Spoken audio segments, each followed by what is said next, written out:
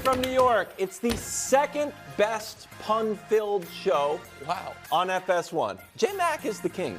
He is. Enough about J-Mac. But that headline... Drew's mad because J-Mac cooked him on the herd I a just half hour destroyed ago. J-Mac. I don't even know if they'll have J-Mac on Monday after what I did. I didn't know if Drew was going to show up for work. He got cooked so bad. I'm glad you're here. Oh, my Bounce goodness. back. That was bad for the show, Wild. Is anyone surprised LeBron took the max?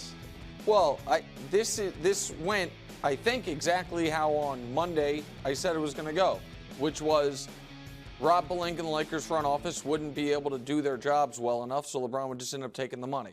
This was a predictable outcome. LeBron, it was not predictable that LeBron would be willing to take up to $20 million less than the max, but he told them he would. He also gave them a deadline and that he wanted this done before he goes off to the Olympics. There were reportedly 3 clear targets. Very different players, by the way. They didn't really all kind of make sense. But Valanciunas, that was surprised that he was He'd allow AD to move to the 4. Yes, which I don't, by the way, I think they're best with AD at the 5. But regardless, the Valanciunas, he went off the board early. Harden, which I definitely wouldn't have liked. But Harden, there is that kind of star power allure that we know LeBron likes it.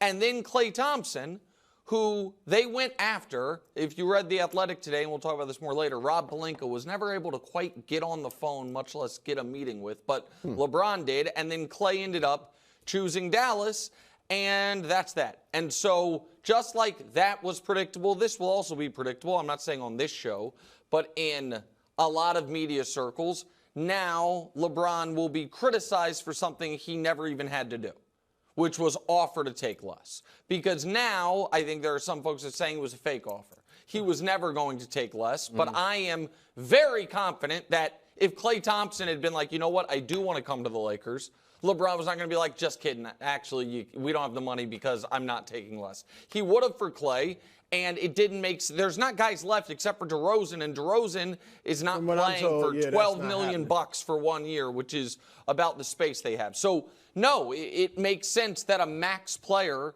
is going to end up taking the max, and that's what LeBron James is. Yeah, I'm not surprised at all, and I'm not doing misdirection. Oh, right? I'm not surprised. I'm shocked. I'd be surprised if anybody was surprised that LeBron took the max. I mean, no. And I agree with Nick in that I believe he was wholly sincere in being willing to take less if they had gotten the right player.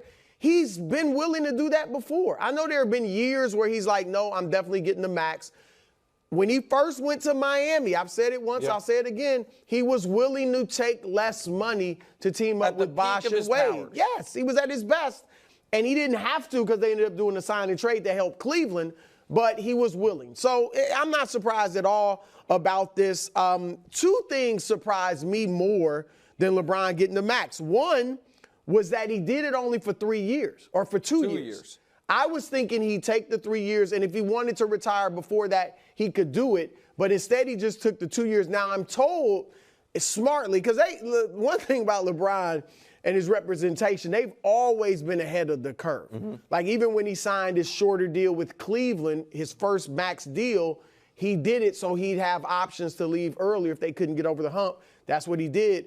They're looking at this like the TV money is about to kick in a couple of seasons. And LeBron will be free. He keeps his options open, and he'll be free to get another free agency deal when the money 2 years from now? Yeah. Okay. Well, I mean, seriously. Well, he's got the player option actually for next year. I understand, but I just assumed But the money really kicks in the 25-26 season. Yeah. So after this upcoming I just assumed that we were getting 2 more LeBron James seasons max. I don't know. I'm told it's not totally because he might. Look, who knows how these things are going to play out. But I don't think it's like he's only playing 2 more years. Maybe, but right now I'm told that's not because he's like retiring after 2 years. All right, so I was surprised at that he didn't go 3 years instead went 2. And I was surprised that Bronny got 4 years, $7.9 million guaranteed. All right, that is a great deal. No, but it's 3 years guaranteed. Yeah. First round picks get 2 years guaranteed. Then it's the team option for the 3rd year, team option for the 4th year. Now, most first round picks get the option picked up. But Bronny has 3 guaranteed years. Second rounders, look, that's awesome. So that And then LeBron signed for only 2 years. Those were far more surprising to me than Bronny getting 3 years fully guaranteed. So I think that's a little. I think that's a little. I don't want to say misleading, but confusing. Because there were about a dozen second-round picks last year that signed the exact contract Bronny just signed. Guaranteed? Yes, because it's the league minimum. So when people see the Bronny thing, and I know we'll talk more about him in a bit, he gets the league minimum every year of this deal, 3 years guaranteed with a team option for the fourth. For the second-round picks. That's a lot for a second round. I mean, not a ton of second round. You said 10? 12 last year. There's 30 second-round picks. Yeah, well, a lot of them. He was 55th. A lot of them end up signing two-way deals, which is the zero guaranteed, but the ones who don't sign two-way deals, this is the deal. For instance, just for the record, that Max Lewis, the Lakers second rounder last year got, which is the exact same thing. He got the 4 years. It was 3 years. 3 years team option, and then all at the league minimum. Yeah, that surprised me though for the 55th pick, which I think is great for Bronny. So that's security, because a lot of second rounders don't even get anything guaranteed. Yeah, but if they do get it, it's usually either 2 years with a team option, 3 years with a team option, and they're all locked in at the league minimum. And so the team typically on those, what they're trading off is they're giving you the guarantee, but you have no ability to hit restricted free agency or anything. You're locked in at the league minimum for those 3 or 4 years. Okay, let's take a look at the Lakers roster as a whole. The coaching staff has changed, but not much else. JJ adding Nate McMillan and Scott Brooks to the bench. The lineup, same that won 47 games last year. D'Lo, Austin Reeves, Rui, LeBron, and AD. Lakers' current salary at $190 million. Has the Lakers' offseason been a failure? Well, let's be fair. They did today finally hire a couple assistant coaches. Good. So that was good. After Dwayne Casey wouldn't, decide to rebuff them, they got assistant coaches with experience, by the way, which I thought was important. Nate McMillan and Scott Brooks. Two really good. Right. And so guys, because JJ is such a green coach, I think that's good. But yes, of course, it's been a failure. This is not me banging on Rob Pelinka. This is a fair reading of the history. The Lakers. We say on this show a lot, they have 2 top 15 players, agreed. But we also all acknowledge, but they're not good enough. They weren't good enough last year. Yep. I thought they could beat the Nuggets. I didn't think they could win the title. I thought it'd be like, one finals. I'm not sure. Okay, well, I am. I just think had they you think I would have changed my pick. Because I saw a lot of title pies. And the Lakers were way I promise you they never had the biggest slice in the West, but regardless, they were never my pick, and they were never anybody's pick on this show. We all agree the roster's not good enough, despite having 2 top 15 guys. Even if the roster's not terrible, Brew, as you've pointed out, it's not good enough. Rob Pelinka at the deadline, when they didn't make any moves, when we all thought they needed to make moves because Gabe Vincent didn't work out because of the injuries, because D'Lo, you were worried about what he was going to look like in the playoffs once again. He said, we didn't make moves because we want to be able to have 3 tradable first-round picks in the offseason and have maximum flexibility. And now they have struck out once again. And I want to reiterate what The Athletic reported. The Athletic reported that Rob Pelinka never actually got Clay on the phone. He got his agent on the phone. So while Michael Finley and Nico Harrison are sitting at dinner with Klay Thompson, Rob Pelinka's like, straight to voicemail. What's going on? But that shows that Clay preferred Dallas. Sure, that's fine. That's what that shows. But also, I do think there's an element of general managing, especially if you're the general manager of the Lakers, that is recruitment. That is about getting people to get you on the phone. And so now they're just, to me, and the other report today is they actually do need LeBron to take a slight discount less than the max, just to not be a second apron team. So it could be something else they do, but LeBron's willing to do that. So why is that? Because they had 4 guys pick up player options this year. So just think about that for a moment. Why does someone pick up a player option? Because their agent's like, hey man, what you have the option to make from the Lakers, that's not out there for you in the marketplace. Right. So D'Angelo Russell, they gave him a player option for $19 million. The marketplace has said, it's not there for you. 3 other guys had player options at the league minimum, and they picked him up, which means their representation told him an NBA contract might not be available for you, so you should pick that up. Who gave those guys those contracts? That is so by any definition, it's been a failure. That's not unfair. That's not as much as I think Nick bangs on Pelinka to give it an excuse for why LeBron's not winning championships, he's right on this. There's no defending the offseason. I mean, seriously, they didn't get anything done. And Dwayne Casey turns him down. Yeah. And Phil Handy, reportedly, is not interested in being an assistant coach. The 2 things that worked well for them, they did get Nate McMillan and Scotty Brooks. That's which perfect for Redick. I do like that. They're perfect for Redick. He'll need that. He can lean on them.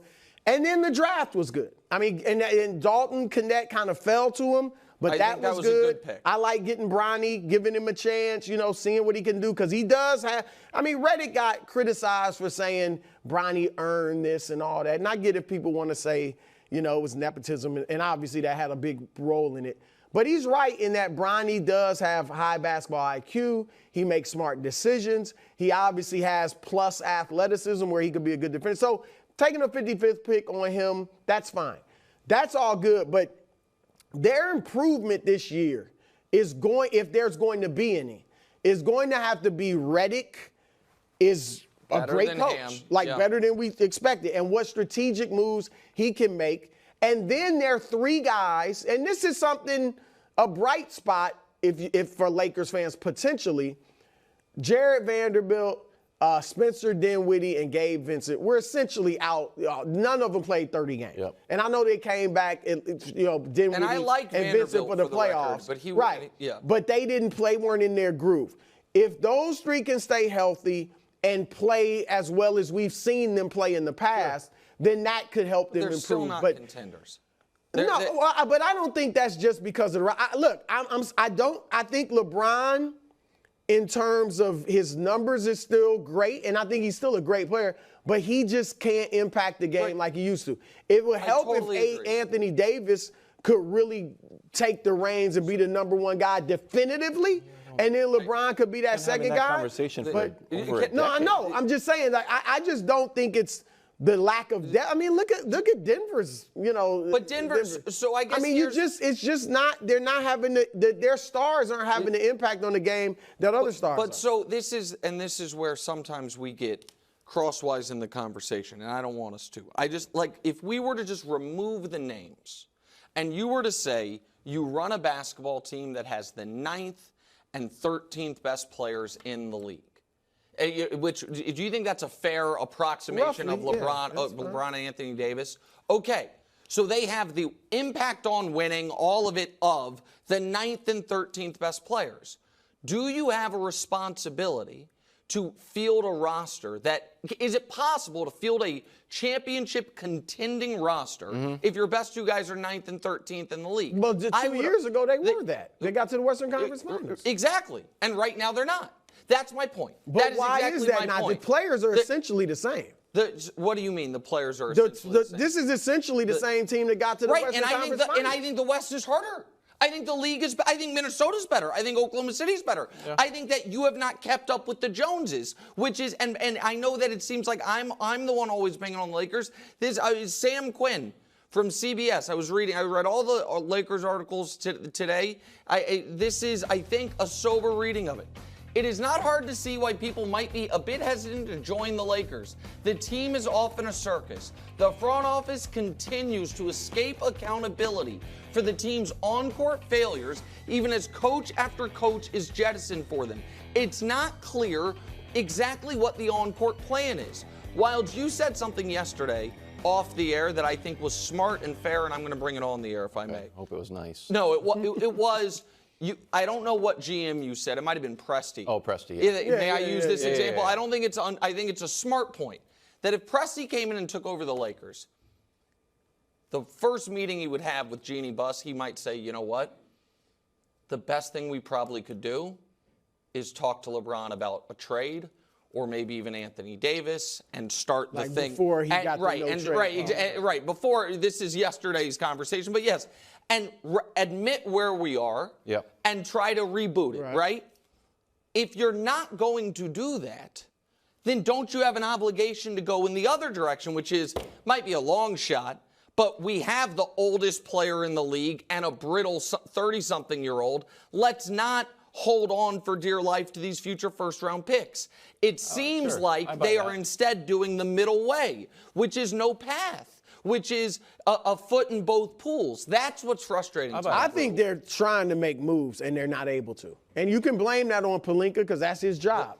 But I don't think it's like we're trying to, I think they haven't seen moves out there that they could get done or that they want to give the picks up. I don't know, man. I hear the Lakers, when the Lakers wanted DeJounte Murray, it was like, man, it's going to be 4 first-round picks. Then I see him traded for very little. The Lakers, tried to get Buddy Hield for multiple regimes and eras, and now anyone can get him for any price. Like, it does seem to be like, for some reason, it's harder for the Lakers front office to get these moves done than others. So if you could take over Rob Pelinka's body in some sort of like one of those movies where you're like, oh, Freaky Friday? Yeah, Freaky like Rob Friday Pelinka's reboot? here. Okay, sure. Your first move is like, you know what? I'm emptying the cupboard of our first-round picks, and I'm getting the best difference maker I can. So I think right now in this moment, there's not really the die is cast on the free agency and all of it. They're all gone.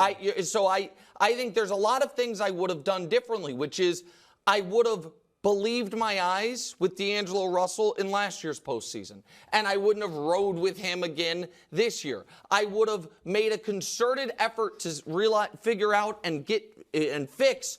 Hey, for some reason, there is a real issue between your one young player that has real promise in Austin Reeves and the head coach, and that can't just be a problem all year long. I would then also have been a little more active at the deadline if I didn't have a defined plan in place for the offseason. The only reason the deadline was acceptable to me was because it's like, okay, they're probably not winning last year anyway, and you've got a plan in place. You told us you have a plan in place. And I'd also fire my PR staff for the whole Dan Hurley situation. Those are the moves I would make off the top of my head if I were Rob Pelinka.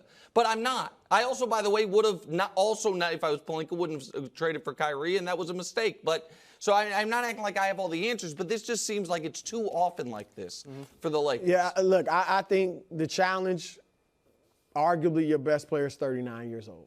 That's probably what that's really what it comes to. Probably can't and compete. LeBron's the best 39-year-old we've ever seen. But he's not leading you to a championship. And your other guy won't take the reins. That's so if LeBron could be the second. Totally fair. But that doesn't mean you have to strike out publicly like this. I'm just saying you can go around the league and look at supporting cast and be like, even go to Boston.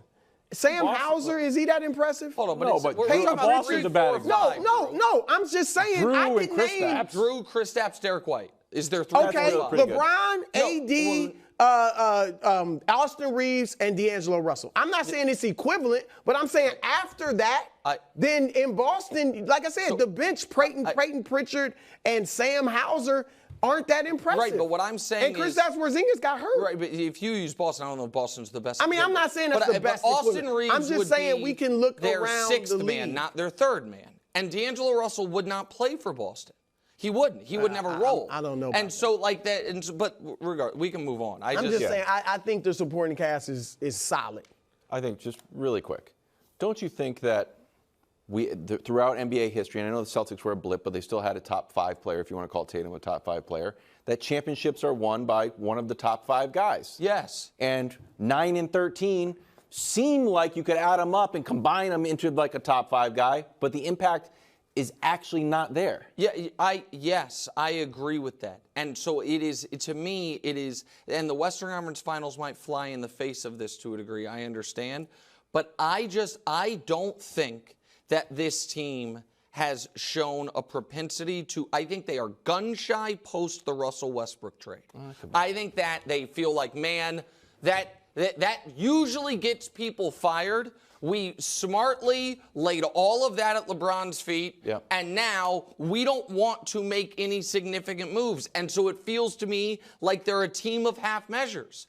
And that to me is not, you're right, they maybe can't win a championship anymore. But to be a first round or miss the playoffs 3 of the last 4 years, that's, to me, that's and not a lot of reaching that's injuries too. Sure. Like last year, I hope they can get the same year from LeBron and AD health-wise. Right, but that's the other reason it feels like a squandered opportunity, in my opinion. Okay. Thanks for watching. Subscribe here to get more from the show and to check out clips from other shows on FS1.